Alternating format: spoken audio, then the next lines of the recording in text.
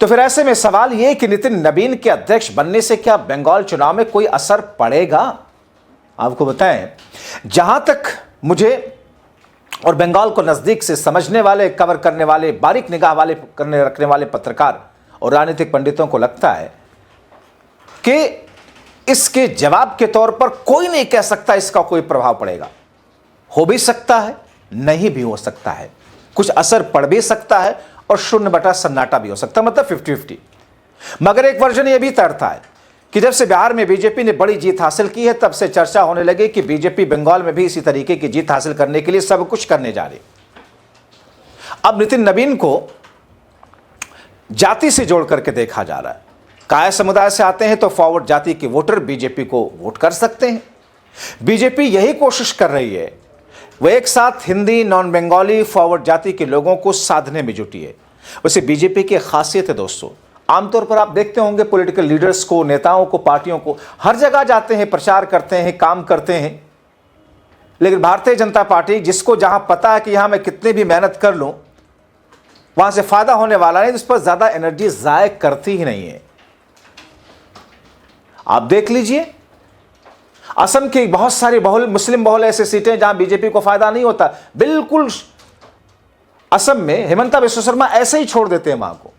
कई सारे सीटों पर चुनाव लड़ती ही नहीं है बीजेपी, जहां उसे लगता है कि वहां कुछ हासिल नहीं है। अब दोस्तों, जहां बीजेपी को लगता है कि यहां कुछ प्रभाव हो सकता है, उस पर एड़ी से चोटी का जोर लगा देती है। नितिन नबीन एक छोटा फैक्टर, लेकिन अगर दांव सटीक बैठ गया तो एक बड़ा फैक्टर हो सकता है। हालांकि अक्सर बंगाल में चुनाव जाति के आधार पर नहीं, भाषा के आधार पर होता है। अब दूसरा यह कि बंगाली और नॉन बंगाली फैक्टर यहां के लोगों के मन में जाति से ज्यादा भाषा के आधार पर देखा जाता है। 2021 के चुनाव में बीजेपी ने वही सीटें जीती जो हिंदी बेल्ट के थे, जहां नॉन बंगाली या आदिवासी समुदाय के वोटर ज्यादा थे। और तीसरा ये कि नितिन नबीन का अध्यक्ष बनाया जाना और उनके जाति से यहां के वोटरों को कनेक्ट करना बाकी फैक्टरों में से एक है, लेकिन उतना प्रभावशाली है नहीं। नितिन नबीन हिंदी भाषी हैं, अगर उनकी जगह किसी बंगाली फॉरवर्ड या बंगाली ब्राह्मण को अध्यक्ष बनाया जाता तो उसका कुछ असर ज्यादा पड़ सकता था, मुझे यह लगता है पर्सनली। यहां जाति के वर्चस्व में सबसे ऊपर ब्राह्मण आते हैं। दोस्तों, जहां तक बात बंगाल में बीजेपी के वोटरों की है, तो आपको बताएं कि बंगाल में BJP core voter non Bengali, Hindi भाषी, आदिवासी, दलित, बिहारी, पसमादा मुसलमान या उर्दू भाषी बंगाली माने जाते हैं, कुछ बहुत नॉमिनल से। इनकी संख्या सबसे अधिक बिहार से सटे इलाके से नॉर्थ बंगाल में है। पश्चिम बंगाल बीते विधानसभा चुनाव यानी कि 2021 के नतीजों की अगर बात करें पश्चिम बंगाल में, बड़ा दिलचस्प नतीजा। 2021 का जो विधानसभा चुनाव हुआ, बीजेपी दूसरी सबसे बड़ी पार्टी बनकर सामने आई थी। 37.97% वोट बीजेपी को मिला था बंगाल में। सीटें थी 77। जबकि दोस्तों, आप याद कीजिए उस दौर को, हमारा मेन स्ट्रीम मीडिया, जिसे आप गोदी, गटर फटर कुछ भी कहते हैं, बीजेपी को इतना हाइप दे रही थी ये कि बीजेपी को कोई 200 सीटें दे रहा था, कोई 250 सीटें दे रहा था, मगर सीटें आई थी कितनी? 77।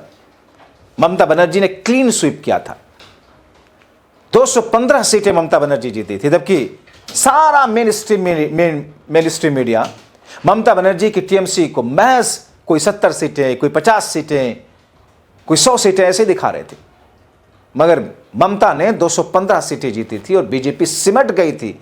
और उस वक्त पीके प्रशांत किशोर ने एक दावा किया था कि अगर बीजेपी दहाई के आंकड़े को क्रॉस कर गई तो मैं अपने उस काम को छोड़ दूंगा जो मैं करता हूं, संन्यास ले लूंगा। और 77 पे सिमट गई थी बीजेपी।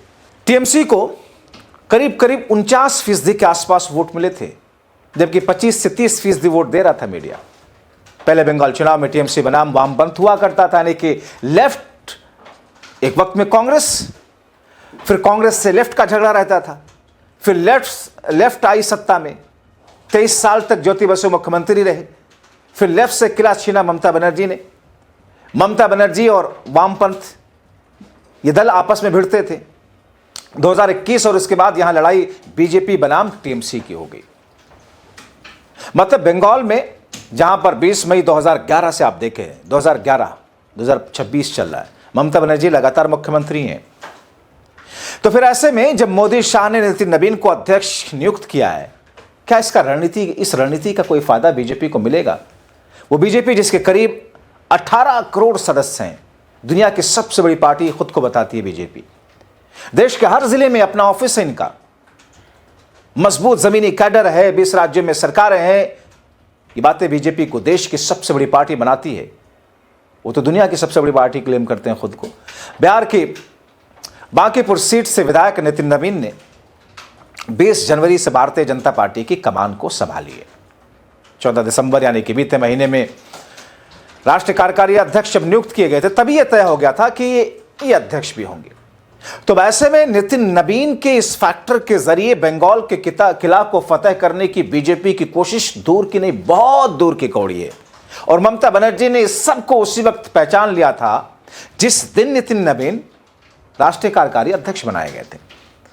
अब ममता बनर्जी ने एक ऐसा सोशल इंजीनियर वाला मैकेनिज्म तैयार किया है जिसमें सिर्फ बंगाली, सिर्फ भाषा के आधार पर ही नहीं, बल्कि बंगाल के ब्राह्मण, बंगाल के सवर्ण जातियों को अपने साथ जोड़ने के लिए एक नई तरीके की मुहिम ममता ने शुरू कर दी।